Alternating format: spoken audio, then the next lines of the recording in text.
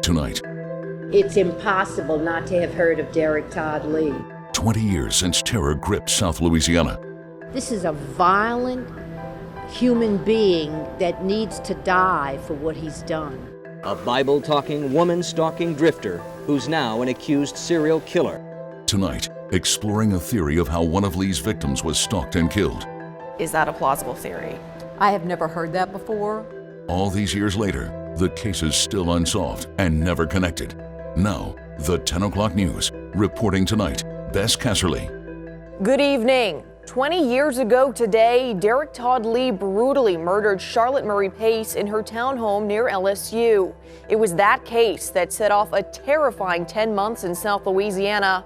Tonight, we're reopening some of those cases and exploring how Lee could have been caught a decade before women started going missing.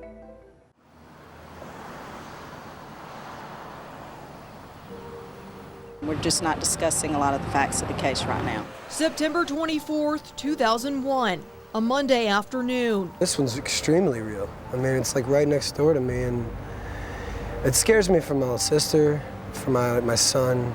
You know, I mean, you got to be worried about that. A co-worker found 41-year-old Gina Wilson Green murdered inside of her home on Stanford Avenue near LSU. Where was she found in the house? I can't discuss that. Was she shot, stabbed? Do we know the mode of death? I'm sorry, we can't release that information right now. Baton Rouge police wouldn't say much and at the time had no idea of what was to transpire over the next 20 months. I'm not trying to cause fear in the community.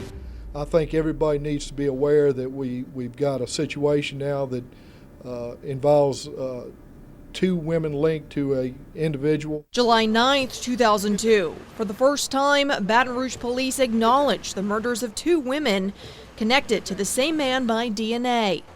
Gina Wilson Green strangled, and Charlotte Murray Pace stabbed more than 80 times in a home on Charlotte Avenue on May 31st. Pace was found stabbed to death in his Charlotte Avenue home. She had just moved from Stanford Avenue. The 22-year-old lived just 3 doors down from Nurse Green. The 41-year-old was found strangled in her home 8 months before Pace's murder. Pace had just completed her MBA at LSU, and with the proximity of the Pace and Green murder scenes, female students were terrified. Everybody's concerned, my aunts, my dad, everybody. It's scary. I mean, it could have been any of us. Everybody just needs to take extra precautions. Just a week after Pace's murder, police had few leads. Hi, ma'am. How you doing? Has anybody spoke to you? Anybody asked you about anything suspicious around here? You wouldn't happen to be been passing through here and saw or heard something? Officers fanned out across neighborhoods surrounding LSU in a desperate search for information. We wanted to come back in today and see if there was anybody in the area that might have been in the same place at the same time. But just 3 days later, July 12th, 2002, 44-year-old Pam Kinnamore is reported missing. Pam has been missing since yesterday evening. We think about 9:30. She's a business owner in Denham Springs, and we know she worked till about 9:30. Detectives spent much of the day combing through the Kinnamore home and her neighborhood looking for evidence. Her house was kind of eerie. It was, she was about to get into a bath. There were blood spots on the rug in the living room, but other than that, there weren't huge signs of struggles, and she was just gone. Investigators found her key still in the door to her home, the bathwater cold. Her husband had been out of town. We're just looking for anybody that's been by 9:30 to 11:30. They put up flyers at businesses in the area. Detectives are investigating it as a missing persons case, but they say they're not ruling out foul play. Well, I remember it like it was this morning. Nearly 20 years later, Kinnamore's good friend Terry LeBlanc still struggles with the pain of that moment when Pam went missing. And my first thought was, what do you mean, missing? And I actually thought, what? She's left her husband? Because I knew them. I knew their marriage. They had a who in the world would think anything as heinous as, what happened. Terry and Pam met through the adoption agency where they were blessed with their children. Their sons Jacob and Benjamin grew up together. When you share something as personal as your children are adopted, that's an instant bond. Lily Gallagher was the adoption director. she recalls the day she met Pam. She had heels on and she was slim and trim and attractive, and she looked just like Annette Funicello. She was absolutely stunning. Outside of her family, Pam's passion was home decorating. She even had her own antique shop on Main Street in Denham Springs. Would you mind putting this on your counter? So if you could get those out to some of your customers. Over the next 3 days, the tight-knit community of neighboring shop owners, friends, and family members sprang into action. We all posted flyers. We had meetings along the street just to see if anybody had any information. Based on what investigators found stuck in Kinnamore's door, Marilyn Wallace remembered a very telling interaction she had with Pam the day she disappeared. She came in and she would ask me, she said she could not find her keys. Tuesday morning, a woman's body was found. Scene investigators say the body fits Kinnamore's description. It looked like a female, she was laying in a washout. And we just called 911. Pam's naked body was found dumped near the Whiskey Bay Pilot Channel in Iberville Parish. Department of Transportation workers made the discovery, describing her body as bruised and hard to recognize. It looked like it was bruised some, but I didn't look a long time. Bruised on the face? It looked darker than the rest of her body. Investigators spent 4 hours looking for clues. A crime scene crew from state police even joined the investigation. You can never forget the moment that news comes in. Kinnamore had been raped, beaten, and stabbed. The search for Pam was over. Well, that was actually a relief, if I recall. It was a relief because I think we figured it would be worse if you never knew anything. But the search to find a killer had just begun. When we come back, investigators get what they thought to be a break in the case, how DNA analysis first got it wrong. And later, this final suspect sketch looks a lot like one drawn years before. In the weeks after Pam Kinnamore went missing, law enforcement had few leads. At the time, the murders of Gina Wilson Green and Charlotte Murray Pace were connected through DNA, but investigators didn't have much else. We're looking at the possibility that it could be the milkman, the mailman, a police officer, a delivery man. I mean, nothing is impossible, and we're checking everything out that comes available to us. During a news conference, July 23, 2002, what seemed to be a big break in the case. Investigators announced the description of a vehicle they obtained through, of all methods, hypnosis.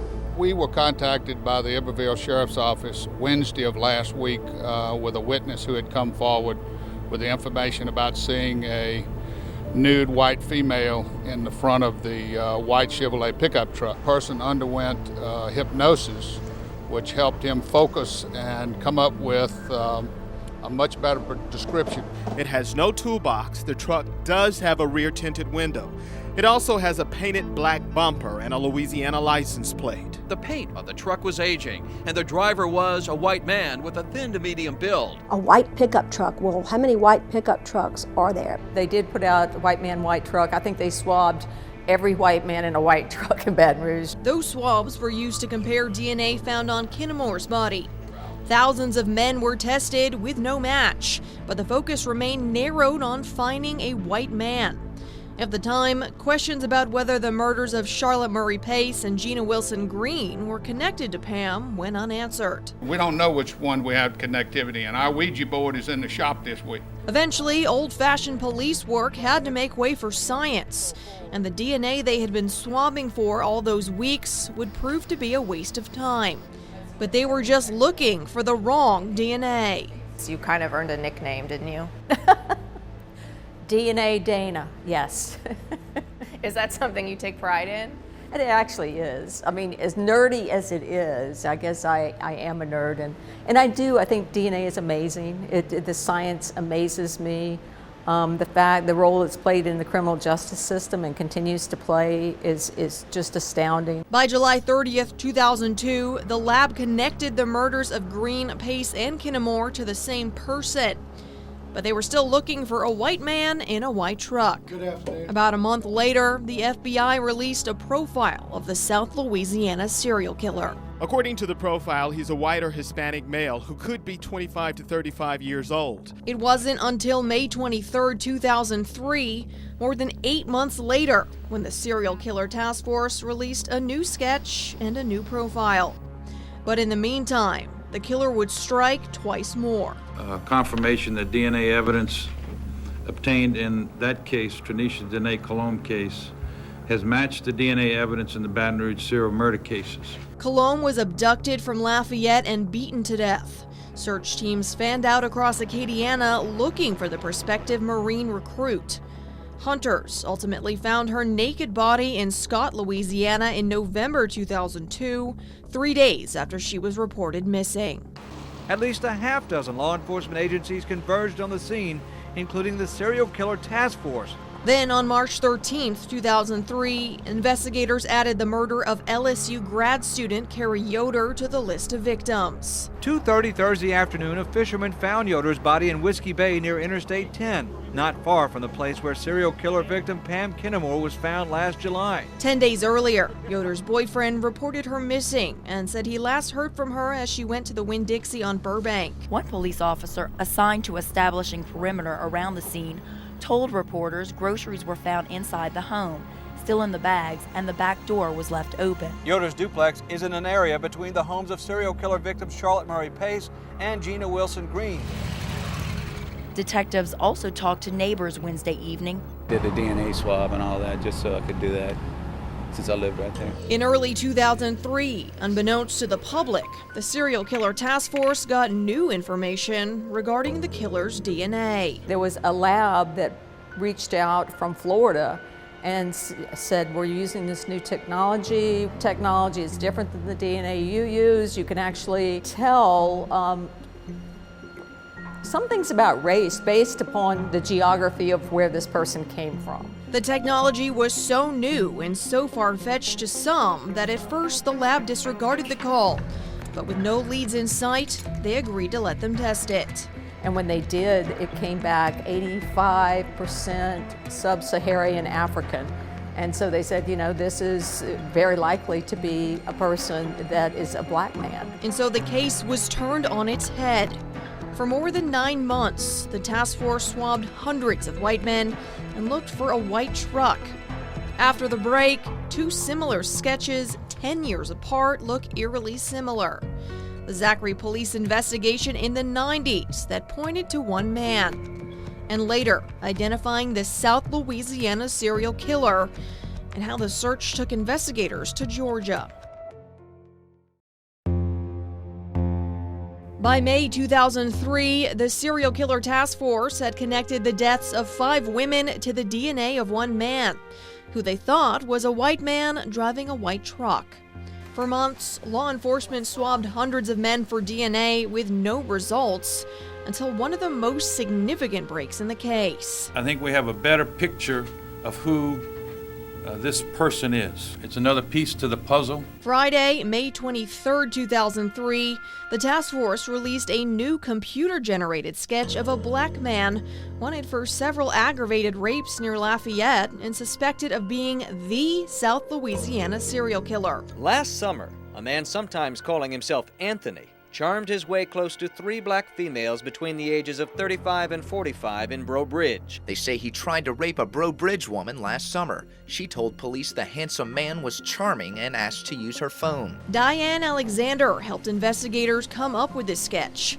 She survived an attack on July 9, 2002.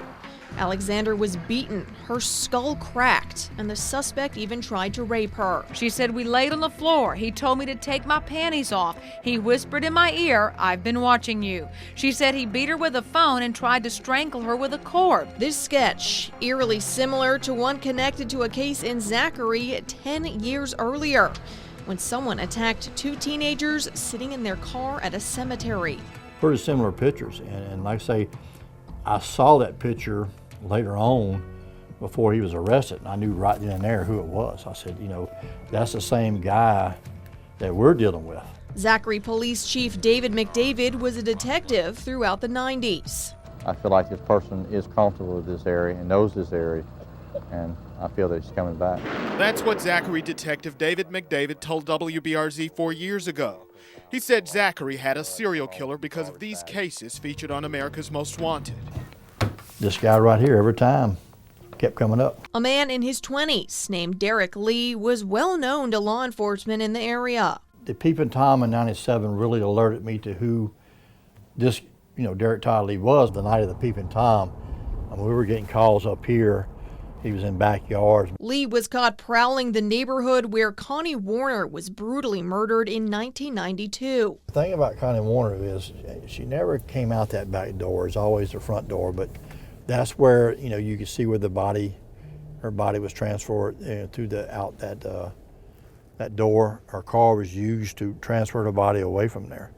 But like I say, Connie would never let nobody in that house she did not know. A year after the Peeping Tom arrest, April 1998, Randy Meebrer was attacked, abducted, and presumably killed, since her body has never been found. Her house was just a couple down from Warner's. Connie Warner case in '92, the burglary in '92, then the Peeping Tom in '97 when we had Randy Meebrer in '98.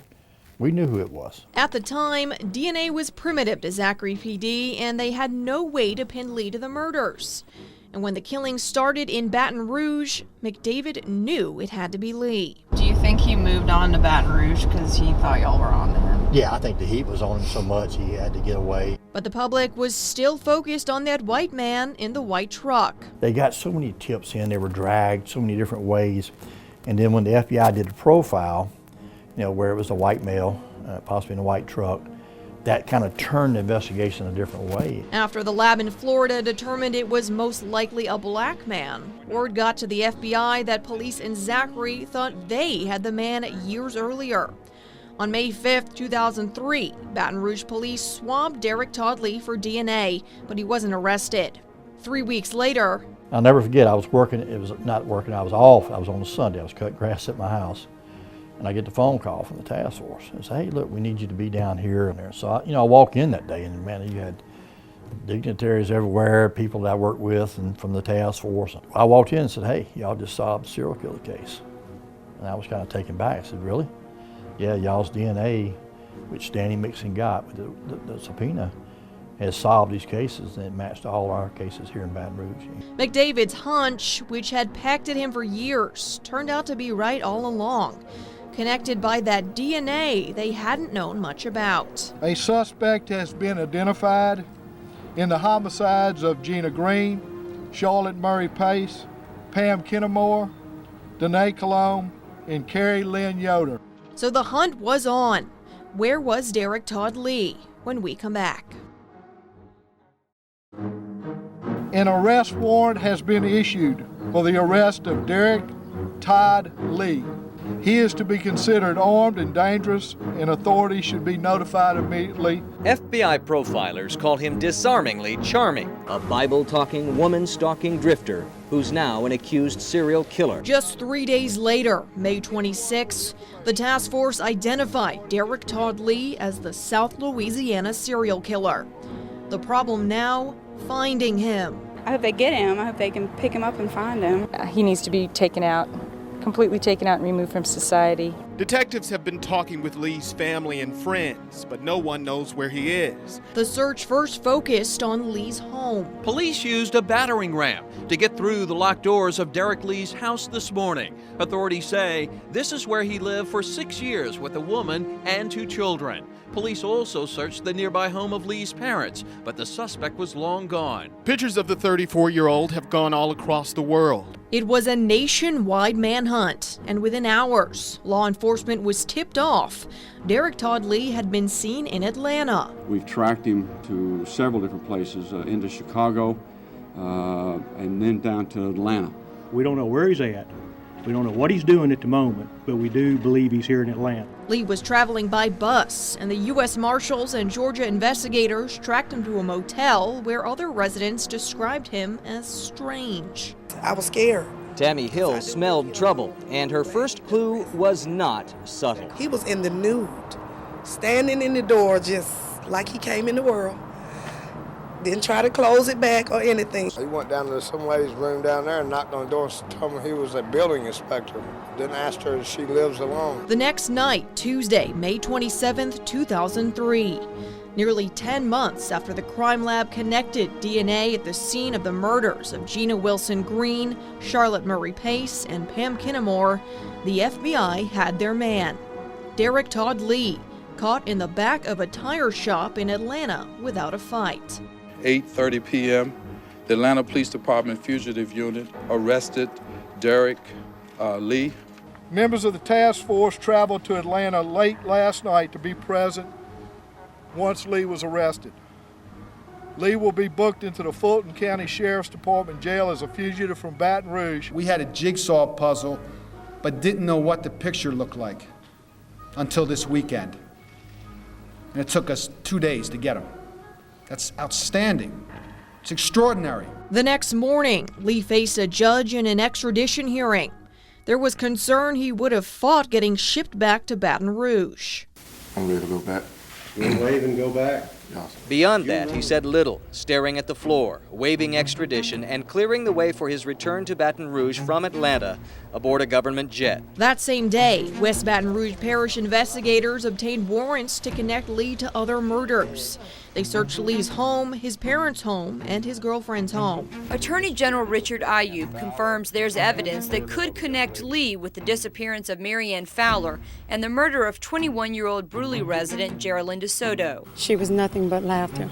She was the joy of everything that we did together. Geraldine was only 21 and looking forward to going to graduate school. West Baton Rouge Sheriff's deputies say her husband, 25-year-old Darren DeSoto, found Geraldine stabbed to death Monday night in the mobile home they shared in Bruley. In August 2004, Lee was put on trial in West Baton Rouge and found guilty for the murder of Geraldine DeSoto. By October, prosecutors in East Baton Rouge got their shot. It was different than anything I'd ever prosecuted. Assistant District Attorney Dana Cummings assisted in the case, which centered around the killing of Charlotte Murray Pace. Evidence found in Pam's murder was used as well. I gave the opening statement, and I remember being absolutely terrified when I looked out there and there were so many people in that courtroom. Pam's mother, Lynn Marino, was in court every day, despite her daughter's case not being the one tried. This is not just a run-of-the-mill killer. This is not a crime of passion. This is a violent human being that needs to die for what he's done. He was playing a game. And I think he thought that he seemed very manipulative, and especially manipulative as far as women are concerned. Though DNA connected Lee to all of the murders, his MO seemed to differ in each case, particularly Pam's. That was the first time that he actually took the victim with him and dumped the victim someplace else. Apparently she had a habit of leaving her keys in the door, and that may have been, probably was, how he got into the house. But what he did to Pam was actually very similar to what he did to Connie Warner and Randy Meebrer in Zachary. In all the cases, there was no forced entry. You know, everything happened in the bedroom. Just like all of his victims, it's clear that Lee must have stalked Pam, possibly from her antique store. At the time of her disappearance, a building was going up directly across the street. Derrick Todd Lee at one time had been a cement finisher. And so I just thought, you know, when that building was being built, that he might have been a cement finisher on that building and would have seen Pam. And remember the woman who said Pam had come to her the day she went missing, saying she had misplaced her keys? We believe that he took them because we had heard, now not officially, that the key was in the door when her husband got home. Is that a plausible theory? I have never heard that before. And we didn't hear that from her husband. But is it plausible? Yeah, I mean, I guess it is. Whichever theory is true, the jury believed the DNA, and after a grueling 5-week trial, on October 13th, 2004, the verdict was in. The South Louisiana serial killer, Derrick Todd Lee, got South Louisiana justice. And South Louisiana justice for serial killers is the death penalty. This can't give them closure completely, and it can't make things all better, but at least they have justice. to celebrate a death penalty also seems just, it seems terrible. But in this particular case, there just wasn't another verdict that would have been the right verdict. There just wasn't. After the break, the possible other victims never connected. October 12, 2004. It took a jury in East Baton Rouge Parish an hour and 20 minutes to find Derrick Todd Lee guilty in the murder of Charlotte Murray Pace. 2 days later, he was sentenced to death. All these years later, the lingering question remains: could law enforcement have stopped Lee if his DNA were tested and stored following the Zachary murders in the 90s? I try not to point fingers, but it was a sense of relief, and I think it taught a lot of investigators a lot about this case, and that you can't focus on one thing, and you got to keep an open mind. Lee spent 12 years in prison before dying of heart failure in 2016. Pam's mother didn't get to languish in his death. She died 6 months before. I think it was a blessing. And I know I'm not supposed to say things like that, but I think it was a blessing. Particularly in death penalty cases, there are constant appeals, there are constant issues. They're constantly waiting to see if they're going to have to go to a hearing, or if there's a danger that he might be released, or they don't get rest. I don't. Why? Because he died in prison, never having to face what he did. Lee never confessed and maintained his innocence till the end. After his sentencing, he left the courtroom ranting about the DNA evidence that nailed him. If Pam were still alive today, she'd be in her 60s. Her friends say living her best life. In today's world, she would have that little shop that she had in Denham Springs, and then she would just be decorating. 20 years later, that little shop sits unoccupied on Main Street, empty since the day her family cleaned it out, knowing their lives would forever be empty without Pam. So would the families of all his victims, especially Randy Meeber's. I wish we could find Randy Meeber's body. We searched everywhere. Her son is grown now, who was at the house at the time of the murder. I know he wants closure. Do you think it's possible there are more victims? I do. I certainly believe that. I remember that way back when this started, I went to the crime lab for a meeting, and they had like a list of women who had been killed. And, they had on that list, they had the ones that they had DNA, that they thought, that at least they could try to match. And then they had the ones that had no DNA. And there were just so many. I think there had others. He was, the nights we spent, he was up in St. Francisville prowling there, different bars he'd go into, and he was out there, and it was a tough case.